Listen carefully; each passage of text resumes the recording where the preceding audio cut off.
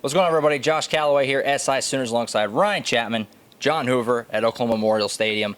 Ahead of Oklahoma's Week 2 matchup with the Western Carolina Catamounts on Saturday, just a few days after they narrowly knocked off Tulane, dropped a couple spots in the AP poll. It was not good. We've covered that. It wasn't the best. Lincoln Riley talked about after the game. Mentality wasn't very good. He talked about that some more today. John, I'll start with you. What did you think of what Lincoln had to say today, kind of having some more time to kind of reflect and get away from the game a little bit and kind of re-examine how he felt his team played on Saturday? Yeah, I thought his comments today were interesting, Josh. He talked about our mentality was not there. He said that a lot on Saturday, but he also talked about today our effort was off. He talked about our execution, our mental mistakes. This is a team that's number 2 in the country, guys. We saw a college football team stumble around their opening game, everybody but Alabama, on Saturday, on Thursday, on Friday, on Saturday, and on Sunday. We saw a team stumbling around their opening game. Oklahoma was one of those, and I thought it was interesting. They stumbled around. Tulane really didn't. Tulane came here after being in Alabama for a week and driving back and forth to Tuscaloosa and being displaced and worrying about their family. Tulane came here to kick butt, and they did. It was they were as Spencer Rattler said Saturday, they were the more aggressive team. They wanted it more, and it showed. And I think Lincoln Riley's still kind of coming to terms with that here on Tuesday of the next game week. Oh, absolutely. We talked about that in the post-game podcast. Tulane came out there ready to play a football game. It seemed like everybody else was kind of this big, kickoff of the season thing.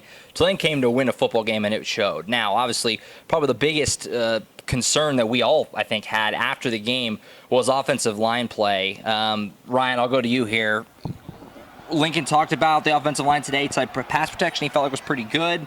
Run protection, maybe not so much. What were your takeaways from what Lincoln had to say about the offensive line today and how that's going to maybe change, moving forward here? Yeah, so I think the big news on that offensive line was Weed has just penciled in Andrew Rame as the guy at center all spring, all summer, all offseason, and then due to medical reasons, which Lincoln's going to let us, color in the lines there. It's probably what you think. But due to that, we saw a lot of Robert Conjal. Rame didn't get in until the fourth quarter. So there's still some personnel changes that can be made here along this O-line, Josh, that can really help that out. Lincoln Riley mentioned the inconsistency in the run game, that there were great moments and there were really, really bad moments. A guy that might be able to help that out is Rame, who might be more physical at the point of attack there at the center spot. And then Wanye Morris, the Tennessee transfer, he was supposed to come in and be the guy at left tackle. Guys, he didn't see the field against Tulane. So Lincoln Riley went on to say that Wanye Morris, he's a guy that he's getting it, he's settling in, and he's getting real close. He said he's one of those guys that's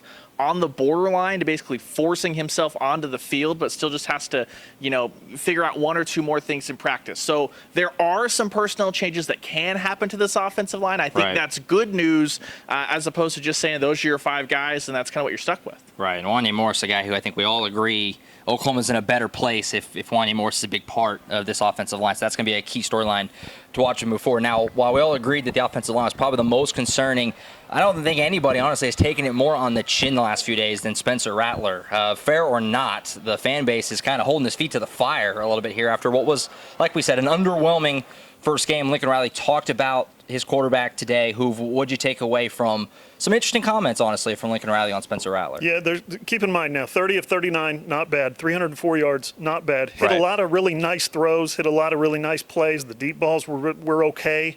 A couple of them were really good. This is your next Baker Mayfield. This is your next Kyler Murray, your next Jalen Hurts if you want to. This is your next number 1 draft pick, your next Heisman Trophy contender, possibly winner, right? I mean, there's a lot on this kid, and he's learning at this stage how to manage those expectations. He's learning as a quarterback, as Lincoln Riley's newest quarterback, how to manage those expectations, and part of that is the leadership equation.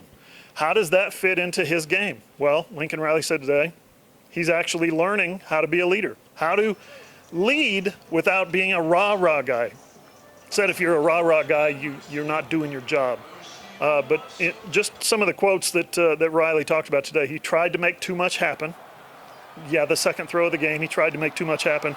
I thought Lincoln was really sharp with giving him some shorter throws, giving him some safer throws to kind of get things going. And he did get things going, but he still tended to take too many chances in the pass game. So he said he was better in the pocket.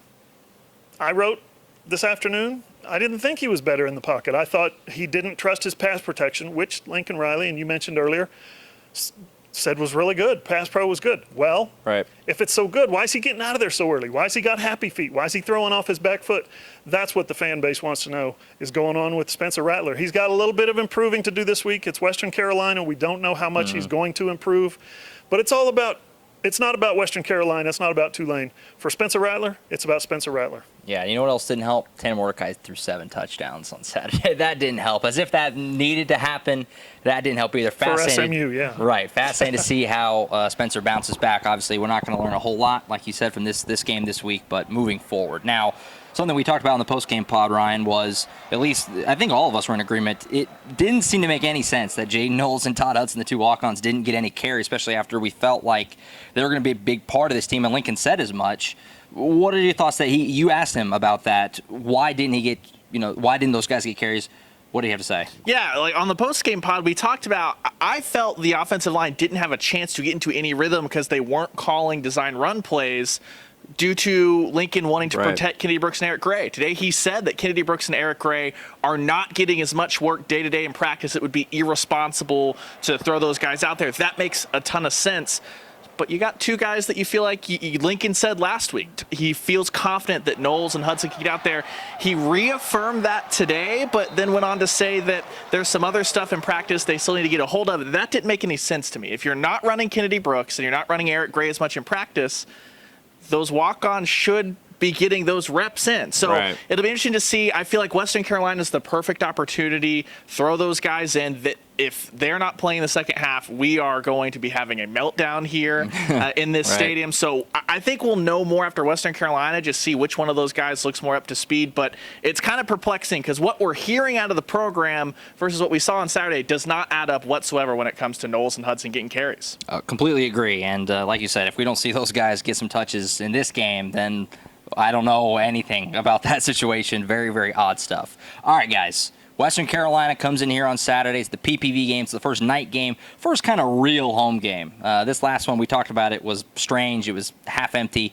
This will feel like the first real home game. Lincoln talked about that. Should be a packed house. Should be a fun atmosphere for this game, even though it is an FCS team coming in here. So for Ryan Chapman and John Hoover, I'm Josh Callaway. Western Carolina on Saturday. Stick with all Sooners all week for all preview of that matchup, and all, of course, all our post-game coverage from Tulane is up there as well.